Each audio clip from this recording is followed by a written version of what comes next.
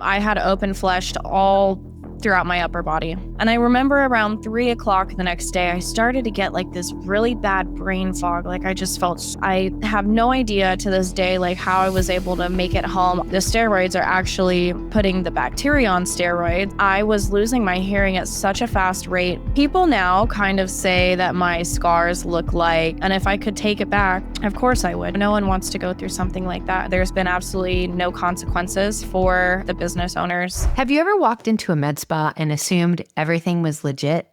You see a clean space, a professional looking setup, and you trust the person in a white coat knows what they're doing. But for today's guest, it nearly cost her life. I'm revisiting my conversation with Bea Amma, an influencer and patient advocate who survived a nightmare that started with a simple B12 shot appointment. I think her story needs to reach a larger audience, and now we're on YouTube. You'll learn the warning signs of an unlicensed provider, what questions to ask before any injection, and why even the smartest people fall victim to illegal practices. Bea will walk you through her months-long hospital stay, the infection that spread through her body, and why she still does not have justice. Stay until the end. You'll hear exactly what to do if this happens to you, and one step that Bea wishes she'd taken sooner. Please subscribe if you're new to the podcast, and Bea is still recovering, so please consider donating to her GoFundMe. Bea, thanks so much for being here today. Thank you so much for having me. So I was hoping that you could start by telling your story and what happened to you. Yeah, so I'm 27 now. This happened when I was 23 years old in the year of 2021. I was new to Los Angeles. I was working long hours at a new job that it was a sales job. It was long hours and I just didn't feel like myself. I was having some like stomach problems, bloating. I felt tired all the time. And I had previously done B12 whenever I lived in Dallas. And then one day I wake up and I see this notification on my Instagram that this med spa followed me. And I go on their nice aesthetic Instagram page with lots of followers. And I see some really nice results and also that they offer B12 shots. So we start messaging back and forth. They worked with my complicated schedule and I scheduled an appointment to go in. Whenever I went in for the B12 shots, the person that was injecting me, she told me that it was a combination of B12 and deoxycholic acid, which is a fat dissolver. She also said that there were other vitamins like vitamin C for skin tightening and youthfulness. And, me as a 23-year-old not knowing anything and, of course, just ignorantly thinking that these places are better regulated and that I had no idea that there was people out here, illegally practicing medicine so easily. I trusted everything she said and I thought it was all totally legit and it looked legit and it was in a gorgeous Salon Republics building in Burbank. There is a beautiful tattoo shop in the front of the building. So of course, it being attached to a tattoo shop, I would have thought also that everything was legitimate. And then I lay down on the table and she basically starts injecting away throughout my arms and my stomach and my back. Prior, whenever I got B12 shots, I was only injected in my arm. But she told me, she was like, well, the more places we inject you, the better it's going to work. And so I just trusted her and I said, okay. And I lay down on the table and I kind of closed my eyes. And I think I even fell asleep for a point in time. It was, pretty not painful. And so the shots themselves were not painful because for our listeners, deoxycholic acid is the same thing as Kybella. Presumably it was a generic because she didn't call it Kybella. Kybella is actually quite expensive. But when you inject Kybella, it's actually quite painful normally. But it wasn't? Yeah. To this day, we have no idea what they actually injected into me. We have no idea if it was actually truly deoxycholic acid or not. Later on in the story, we find out that what she actually injected me with was ordered from Alibaba. So she injected you multiple spots all over your body. How many injections were there total? Do you know? Quite a few throughout my arms, my triceps, the fattier area of the arms, the fattier area of the stomach, and then probably like 6 on each side. It's just difficult because the way in my back, sorry. But the way that the injections turned out, I think it seemed like she injected me more than she actually did. I'm really not sure, but I mean, probably like 100 injections Okay. So that's a lot. or more. All over your body, Yeah, no, basically. she just went crazy. She just injected me everywhere, and I didn't think And they twice. didn't sting at all and they didn't swell up right away? So they did swell up Okay. right away. Yeah.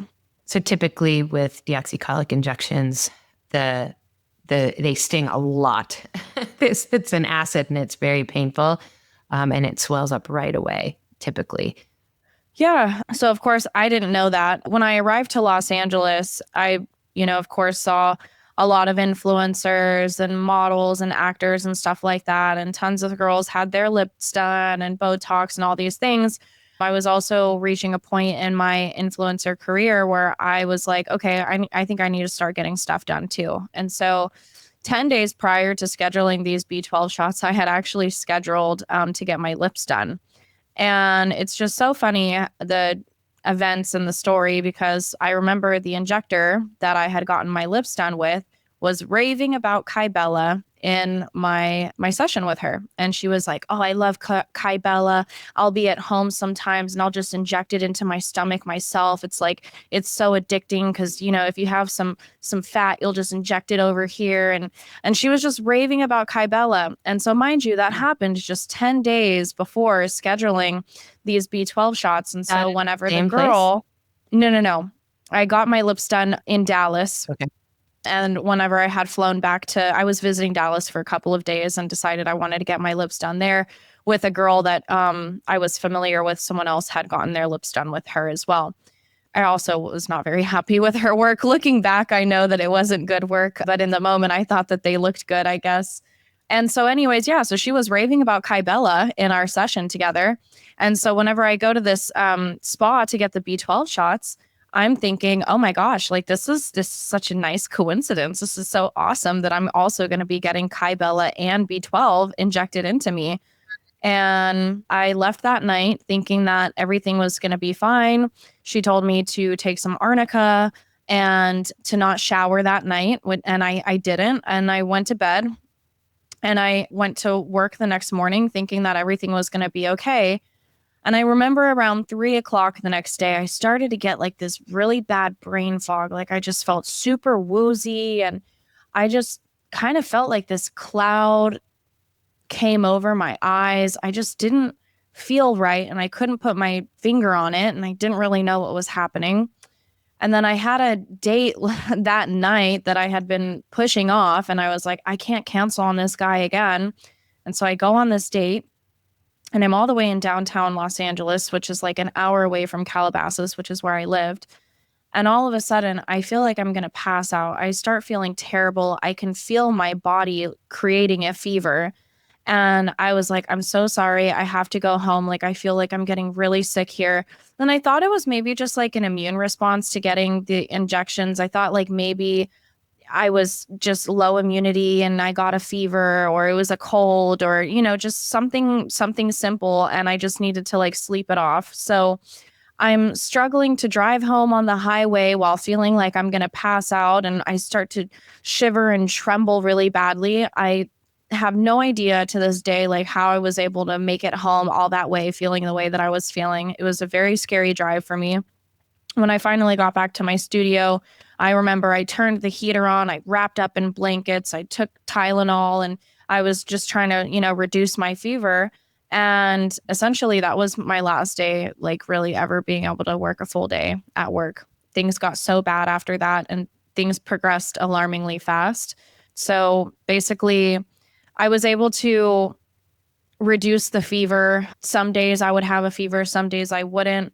But day by day, what ended up happening is under my skin, where I was injected, these small nodules began to appear. And the nodules would grow to about a Skittle sized ball. They were very painful. They would swell. And then came the heat. Once the balls reached a certain size, the feeling of the skin was as if I was like being burned from the inside out. It was incredibly painful. And then they would grow and spread and spread and spread. And eventually the skin would get so hot and so thin that it would finally break and pus and flesh.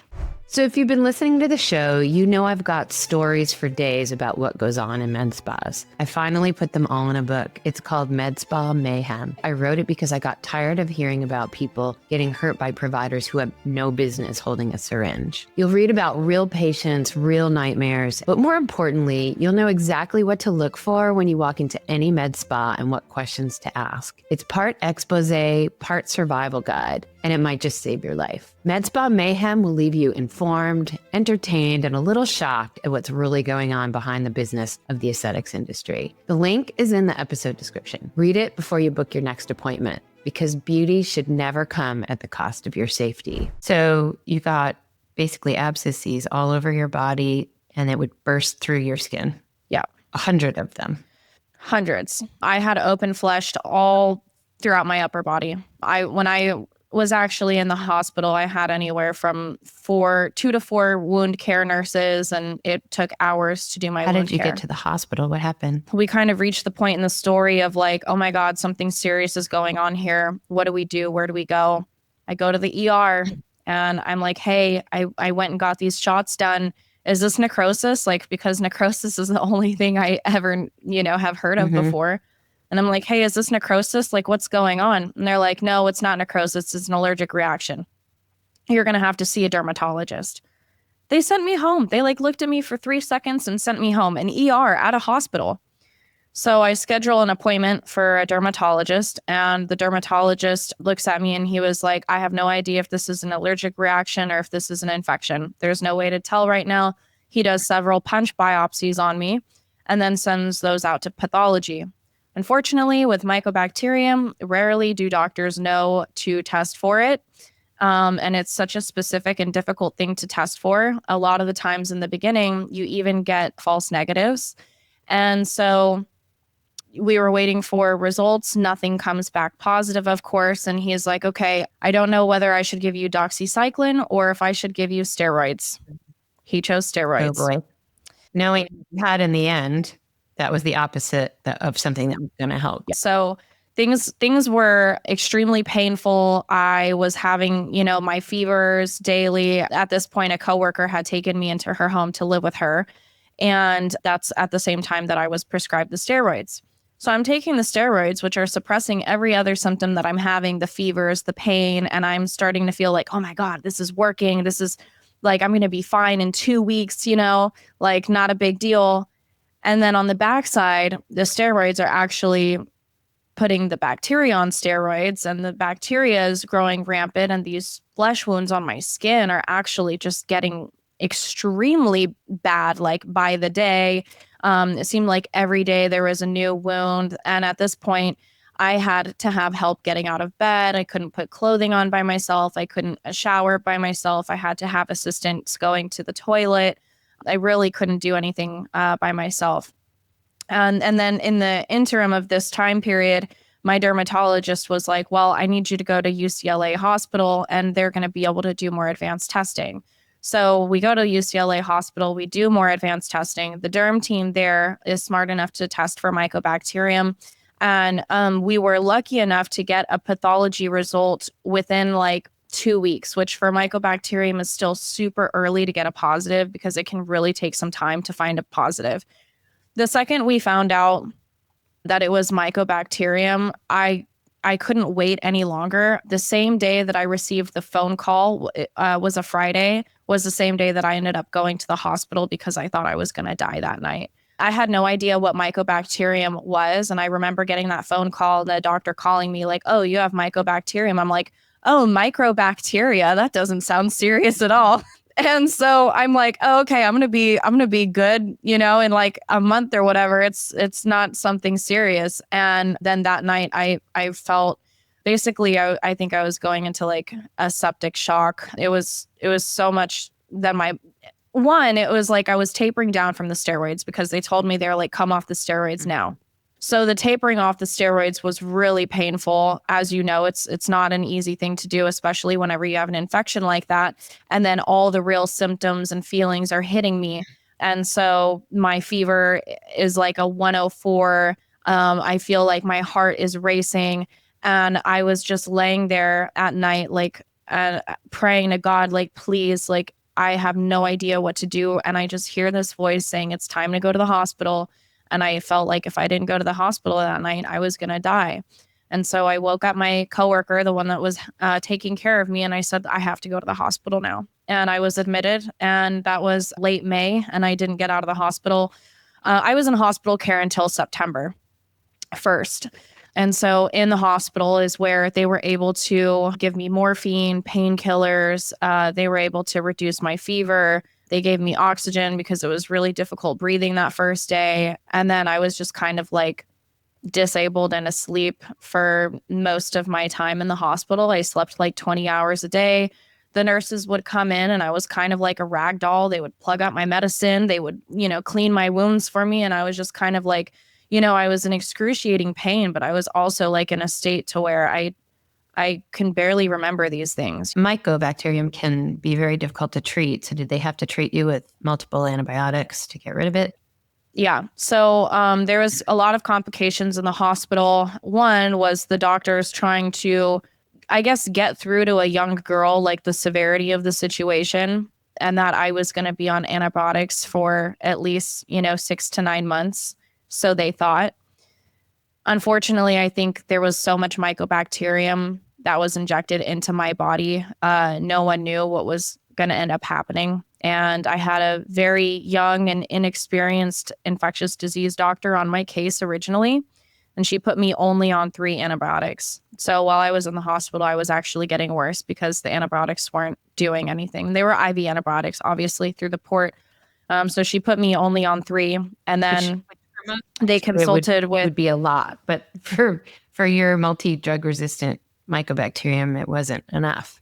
Yes, exactly. So when I actually had the director of infectious disease step in on my case because I was not improving, I went up to 8 antibiotics. And so, yeah, I was on 8 different antibiotics, including amikacin, which was incredibly difficult, tigacycline, worst medication in the world. I mean, being on tigacycline and amikacin, you have the extreme vomiting constantly, which you already get from the other medications, but tigacycline is just another level of hell.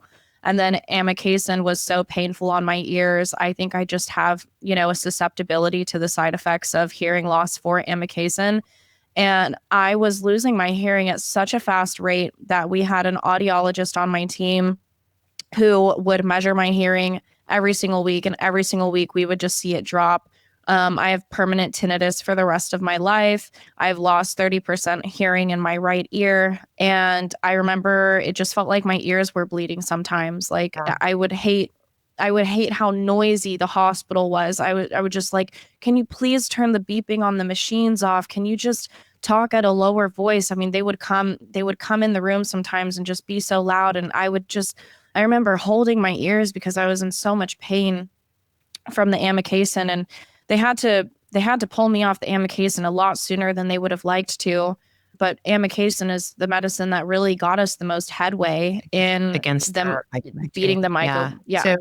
So you got out of the hospital finally in September, and I know that it's been a long slog ever since then, and you not completely, even now, years later, not completely eradicated all the mycobacterium from your body. For people listening, we don't see mycobacterium infections all that often. Tuberculosis is also a mycobacterium, a different one, and then there's a few other kinds we just don't see all that often in the United States, and they can wall themselves off basically in your body. So you can have sort of this smoldering, walled off area of it where sometimes you just can't, the antibiotics can't get Penetrate. in there. And so you have to like surgically excise that little nodule sometimes to get rid of it. But if you've been injected over 100 sites in your body, that's obviously going to be challenging, right? Especially if they kind of spread. It sounds like they spread a bit. Each one kind of spread into multiple nodules. So total nightmare. I'm so sorry that this happened to you. Can you describe, what you have residual, like the scarring or what it looks like? People now kind of say that my scars look like leopard or like cheetah marks all throughout my body, or like a Dalmatian. But I have some interesting channels. Like I have like a nine centimeter long scar here for a channel that was created. And then I have surgery. I have different looking scars from surgeries, of course, from like removing a lot of the tissue. My skin is alarming to any person that looks at it. And it sucks. I mean, the hardest thing for me was looking at my own flesh, eat itself alive essentially, and then kind of looking at that every day and wondering like, how am I ever going to come back from this? And what is it going to look like? I had no idea. And it took a total of 9 months for my wounds to even heal in the first place, but really 11 months total because of a surgery that I had at the 9-month mark. Mhm. And so I was dealing with open wound holes until 11 months in. And then, of course, the 6 hours of daily IV antibiotic infusions for 2.5 years. And even, so whenever I came off of antibiotics in late 2022 to go on oral only antibiotics in January of 2023, what ended up happening was a very short remission, 6 months or less, and the mycobacterium had started respawning. I'd really like to explore exactly who this person was and how this happened, because I think that that's really critical to understand for everybody at home to avoid people like this, because this Yeah, particular person is still out there, and yeah, I don't honestly know how that's possible. So let me just, from the medical side, let me just break this down to like talk about just exactly what went wrong, because there were so many things here. And even if it had been yeah. real Kybella, it was insane. But the fact that it spread, it was clearly contaminated with mycobacterium. The fact that they, took illegally imported, fake product that was tainted with bacteria, and they put that all over your body. That's, even more insane. But so the place that you went, you said the name of the building that was at the time. What was that? I'm not even supposed to name them because I'm still in the middle of a Okay. lawsuit. But at this point, it's going to have to happen because the lawsuit's not going anywhere. And we'll explain that later on in the episode. So essentially, what happened is while I was in the hospital, California Department of Public Health and Safety has a doctor that works within the hospital. He's like one of the head. His name is Zachary Rubin. And so he's kind of like a liaison as a doctor and as part of the committee of California Department of Health and Safety.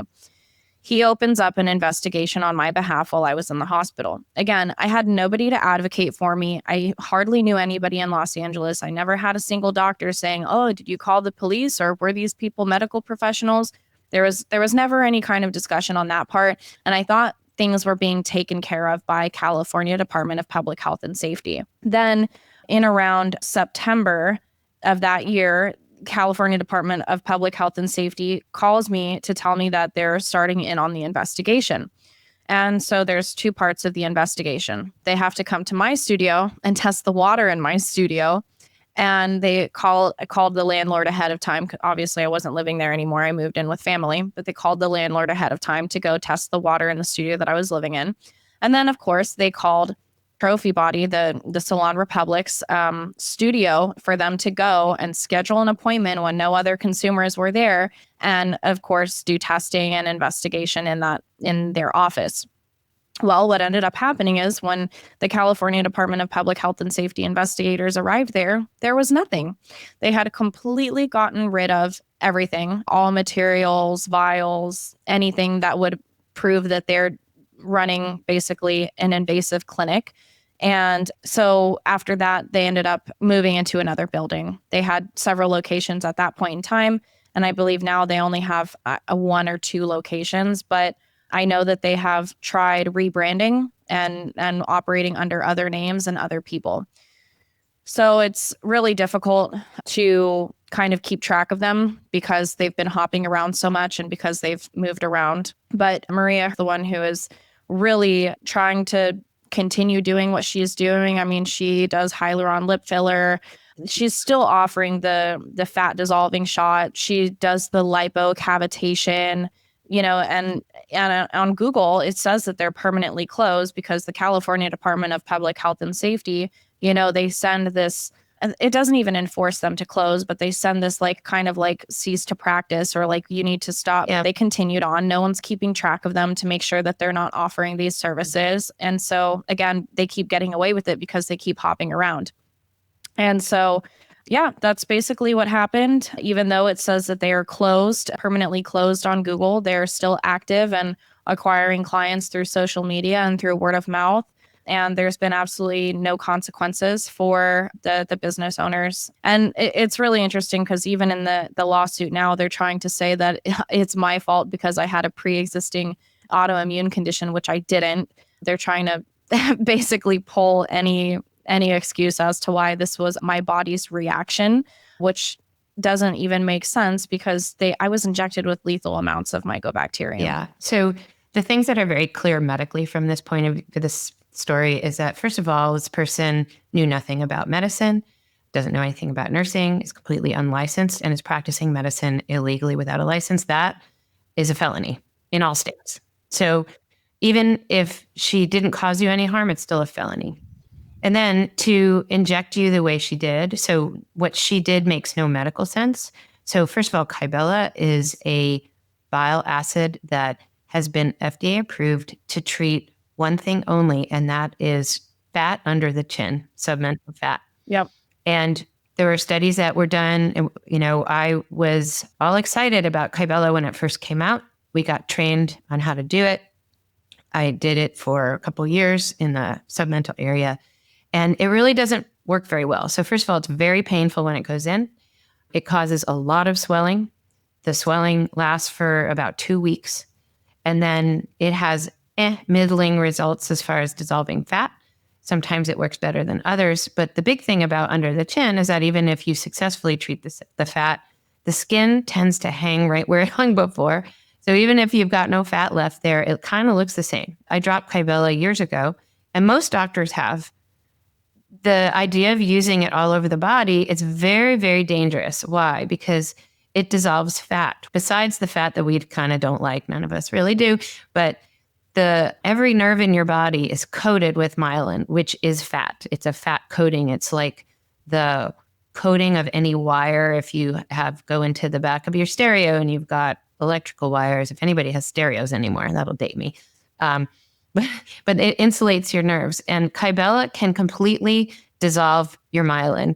And so it will really, not only is that extremely painful, but it may not go back. So you can get permanent numbness or paralysis of a nerve. So doctors will not be just throwing that around willy-nilly, and certainly won't be injecting that all over anybody's body. And the reason I asked about burning is because Kybella burns. So like the idea that she injected you 100 times with actual Kybella, like I have a hard time believing that's what it was. That would have really been painful, and you wouldn't have been able to sleep through that. So that's why I don't really think it could have been. Meanwhile, there's no way you would have a mycobacterium infection all over your body unless it was in that vial that was injected. There's not a way. That's medically ridiculous. That's a ridiculous scenario. Yeah. So in order for that mycobacterium to be seeded all over your body, it had to have been in the syringe, in the stuff they were injecting. So the two things I take away from your story is, one, probably wasn't Kybella. Two, had to have been contaminated with mycobacterium. There's no way the water in your unit of your apartment, because maybe one site could have been, if it was the water and you took a shower, maybe one site could have been seeded, but not all of them. That makes no sense whatsoever. So this person did this to you knowing that they were injecting something that they illegally purchased. They also knew they were illegally practicing medicine, and they caused you to almost die. You spent over 3 months in the hospital. That is assault, which I think is also a felony. Not that I'm a lawyer. Okay. Yeah. So as far as I know, that's 2 felonies plus the illegal purchase of any kind of medication from abroad. Even if it were real Kybella and they purchased that from Europe, that's illegal too. But Clearly Yeah. it wasn't. So I really have a hard time believing that this person has not like been thrown in jail over what happened to you. I mean, you would think too, like with the amount of media coverage as I've gotten and the people that I've been in touch with and legislators and people that are I guess, playmakers and in helping me, no one has had success. The California Department of Public Health and Safety has put complaints with the medical board, the Board of Cosmetology. They've notified people. I mean, I've been on countless news networks at this point, and it's like, how come there hasn't been an arrest? Obviously, like I was in the hospital and I had no idea to fill Right. out a police report. I wasn't told to do that. My lawyers also thought in the beginning that this was going to be some like big money case because we didn't know that they were practicing medicine illegally until um, after so much discovery had been done that we find out that they're completely fraudulent and uninsured. And so the second we find out that they're uninsured, my lawyers lose all interest because there's no money in it for them. And at that point, it was, never once were my lawyers like, okay, you're going to have to file criminal charges or like, of course, I asked about it and they're like, okay, well, you'll have to contact the attorney general, which obviously has already been done by multiple people. And I have never received a response. I want to echo one point that you just made that I've made on some previous podcast episodes. And that is when the person who does this to you is not only illegal, but has no insurance because if you're not a doctor, you don't have malpractice insurance. And this is actually Yeah. true of RNs as well. So if there's an RN practicing without a medical director, that is also practicing medicine without a license. And they don't have malpractice insurance either. But the bottom line is if the Right. person has no insurance, then you have no recourse. And that if something does really happen to you, there is no insurance to cover that. And if the lawyers think, oh, there's no payoff, they won't take the case.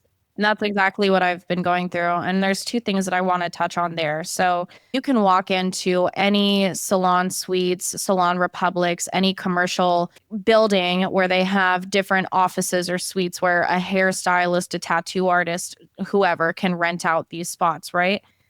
And the amount of RNs or nurse practitioners that are practicing aesthetics, or even just estheticians that are practicing aesthetics out of those rooms that they essentially just lease out, is pretty shocking, knowing that there would have to be a medical director attached to their practice for them to even have malpractice insurance. And so now looking back, knowing what I know, it's like, okay, I'm seeing a lot of stories about the vascular occlusions in the face and a lot of these people practicing and pieces of tissue dying because they're now injecting filler in the nose and counterfeit products. Like an influencer just had to have her lips completely removed because of counterfeit Juvederm that was injected into her lips. And it's just really devastating. So, I mean, it's just kind of scary and it's a thing to watch out for. What I don't want to do and like me spreading awareness is like screw over the good med spas, the people like you who have a good business, who are doctors and who are, operating safely. It just kind of sucks because it kind of puts this bad taste in everyone's mouth who finds out about these things. Like, how do I know what's real and not? And how do I know if this nurse actually does have malpractice insurance?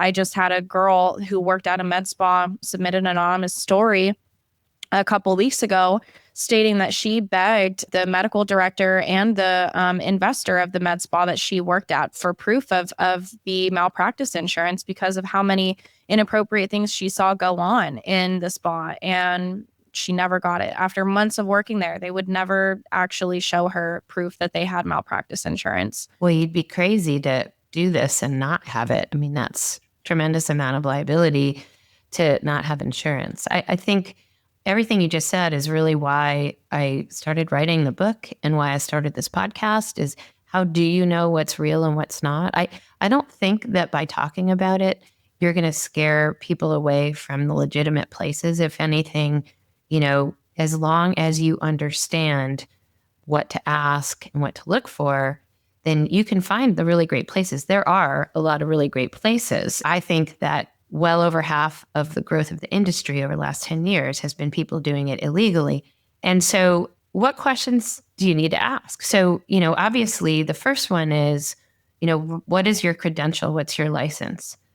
Who's the medical director? Every place has to have a medical director. So there has to be a doctor in charge. And in some states, that can be a nurse practitioner. California is not one of those states. So in Yeah. California, you actually have to have a doctor in charge, even if it's a nurse practitioner or PA seeing you.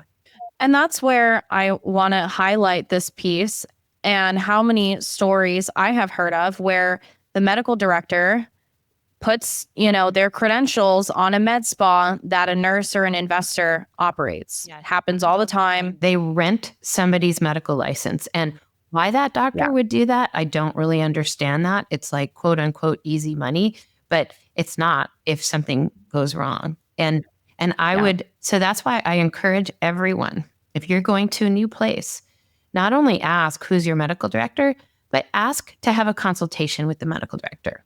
Or if they're on site.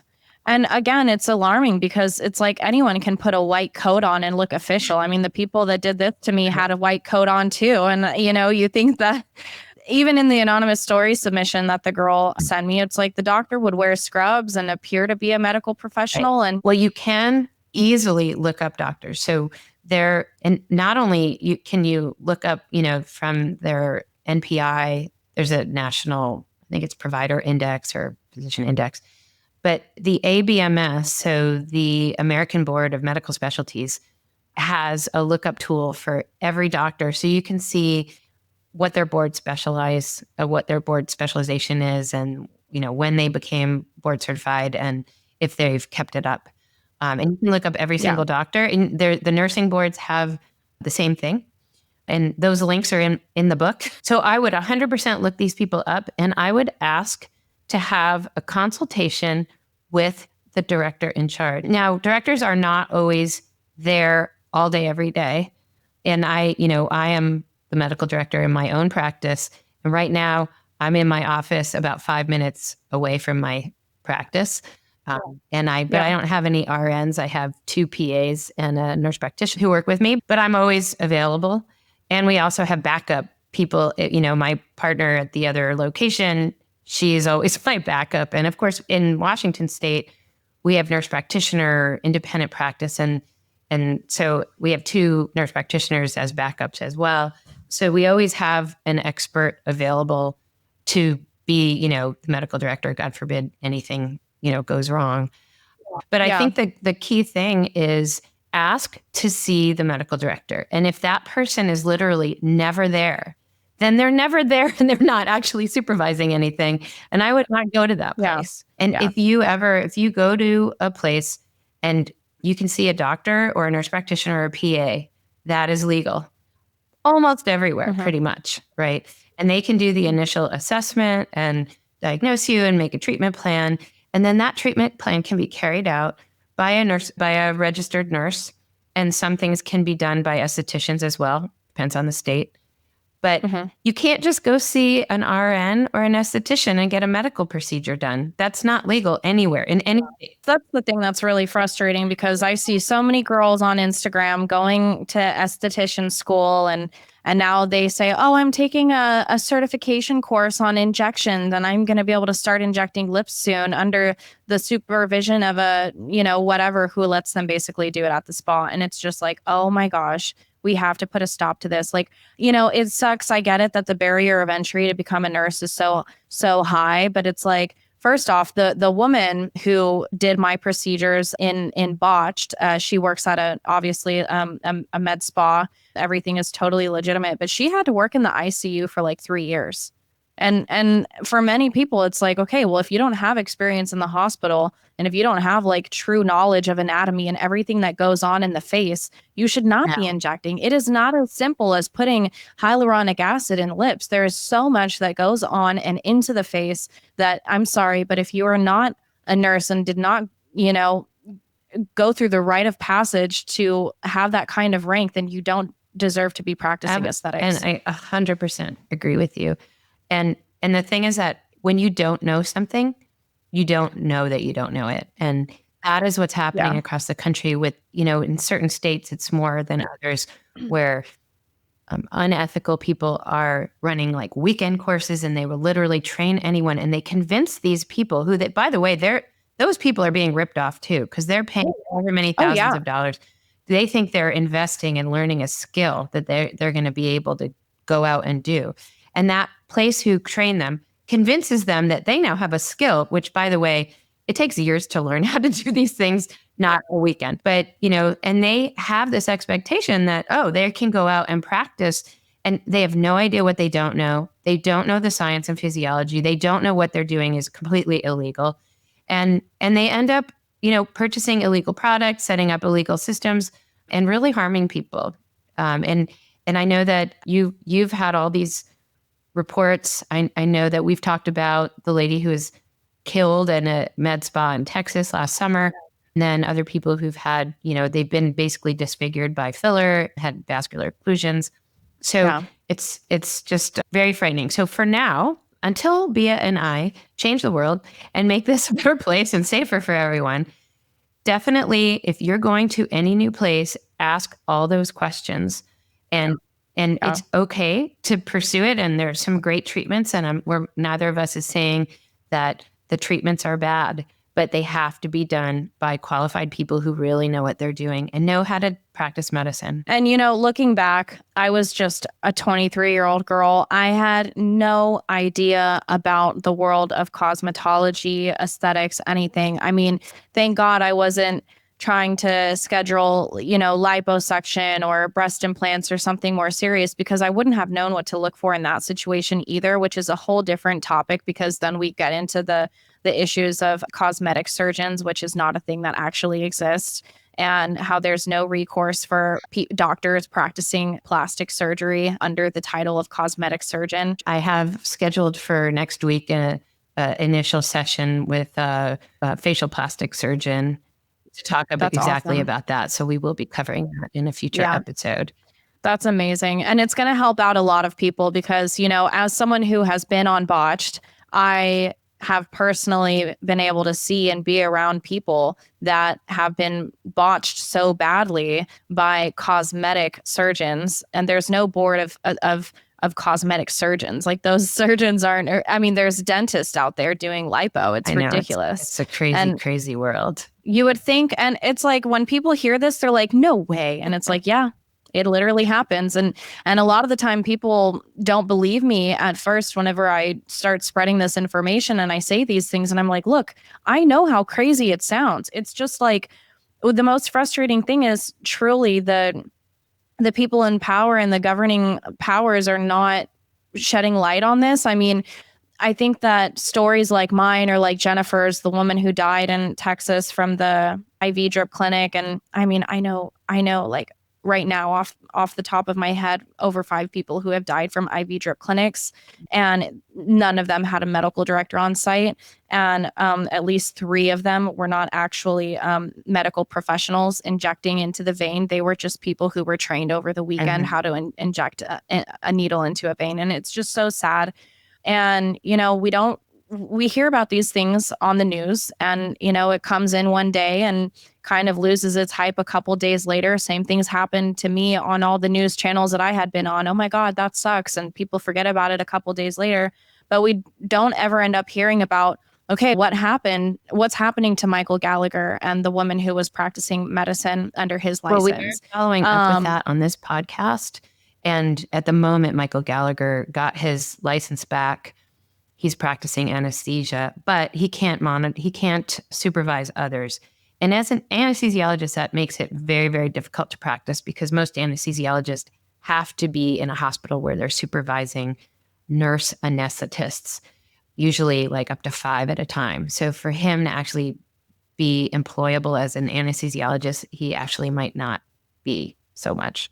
See, that's super valuable information, because like, even for me as a consumer who's like interested in these things, I'm not a doctor, I'm not a lawyer, I'm just an influencer, with a platform that is trying to spread information. But I mean, like, that's such a valuable piece, because a lot of us, like, we don't know about like what happens. There was another death in an IV drip place where everything was fraudulent. And again, in a situation like that, it's like, what's the recourse? I have no idea if the girl who did that and who murdered that man is actually going to prison. And I think one of the Yeah. things, I had a patient recently who's a lawyer, and she came in for toxin, and she said, she'd had it before. I was like, "Oh, where'd you go?" And she said, "Oh, well, there's this girl down the street from my office." And I'm like, "A girl? Like, was it a nurse?" I mean, and honestly, this is a very, very smart attorney who had no idea who injected her skin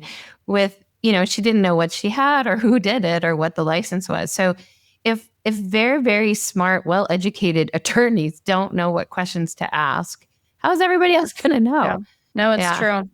It's so true. Unfortunately, I mean, a lot of smart people are going to be the victims of people who are fraudulently and illegally practicing because we assume that we are being protected and we assume that these things are enforced. And because they're not, people get away with it. And like you said, probably over half of the growth in the industry in the last 10 years has been, people practicing illegally. I mean, do you think that maybe one day we could achieve some kind of federal regulation even on the cosmetics industry?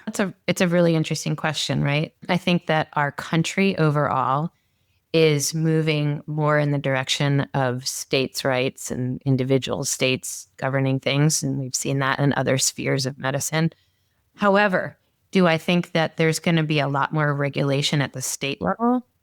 I definitely think so. Even in Texas, which is kind of the Wild West of medical aesthetics, because of the death of Jennifer Cleveland, I think there's quite Yeah. a bit of interest among some politicians there. And so I actually think that there will be more regulation at the state level and that it may very well become safer.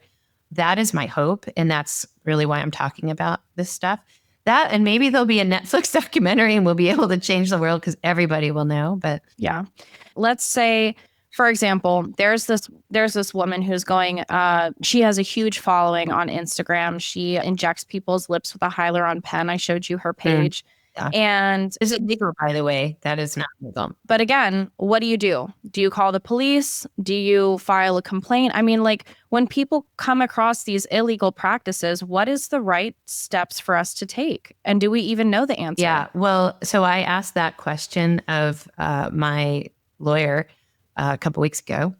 So different states are different, but here are the places to send the complaint or fill out the complaint form. So first of all, the medical board. Every state has a medical board, and that governs doctors' licenses and PA licenses because doctors and PAs practice medicine. They also, in many states, care about people practicing medicine illegally. So if you report an illegal person to the medical board can send a cease and desist to them.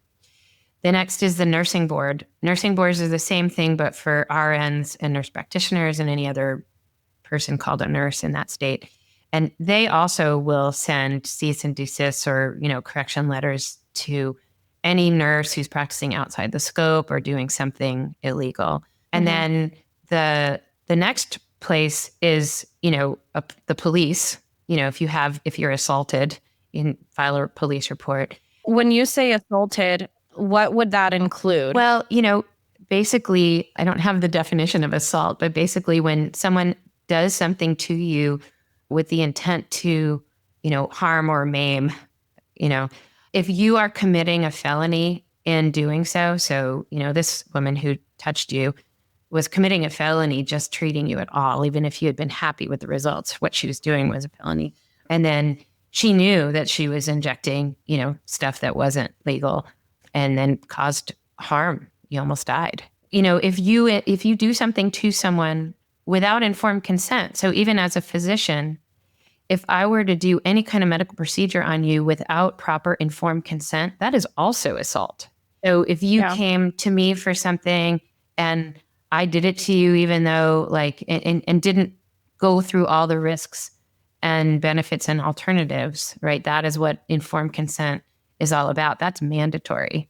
So I cannot do anything to you unless you sign a consent form that says, I understand what I'm going through.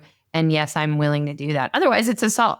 You can call the police if something like that happens to you. And then also you can file a complaint with the Attorney General. And so, the attorney general, a lot of times they have certain focus, that's a political position.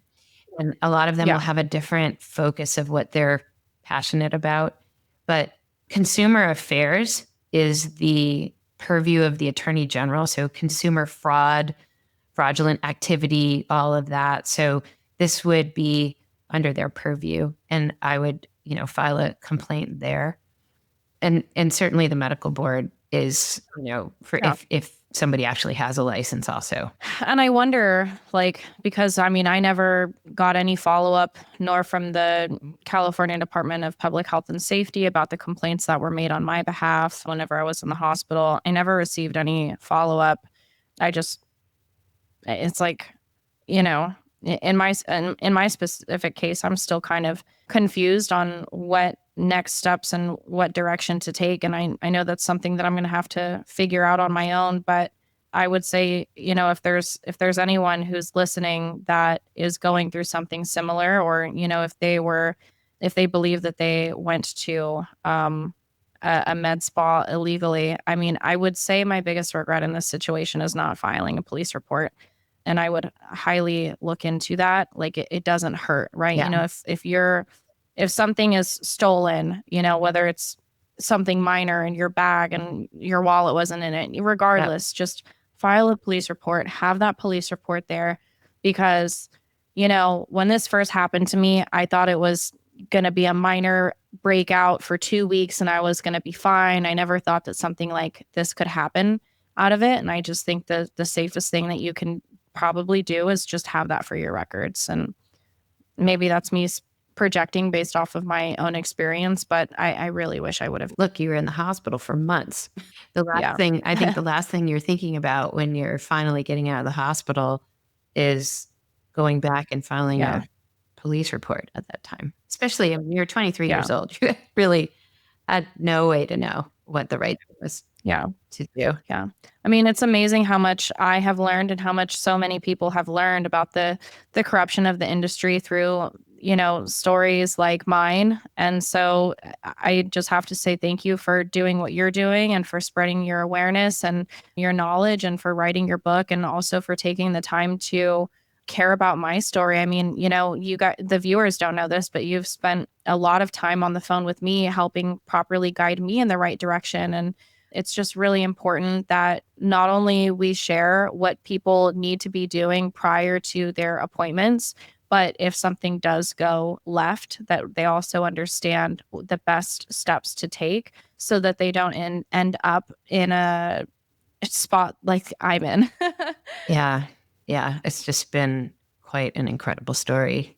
So next steps, just for people who are probably curious on if and when I'll ever get justice. I mean, most likely not. Obviously, there's nothing to collect on in the case. The statute has already ran out also if I were to try to still pursue them criminally. And I have a court date with them at the end of May to see if they'll settle, which again, I have a medical lien of $1 million just for my first year of medical treatments.